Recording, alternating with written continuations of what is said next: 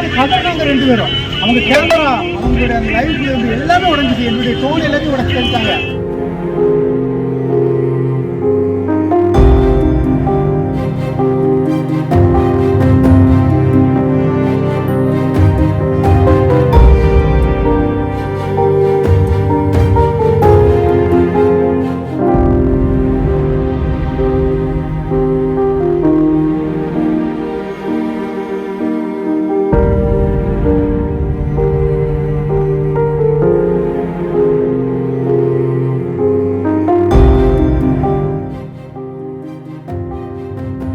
அநியாயத்தை யார் தான் கேட்கணும் இல்லை.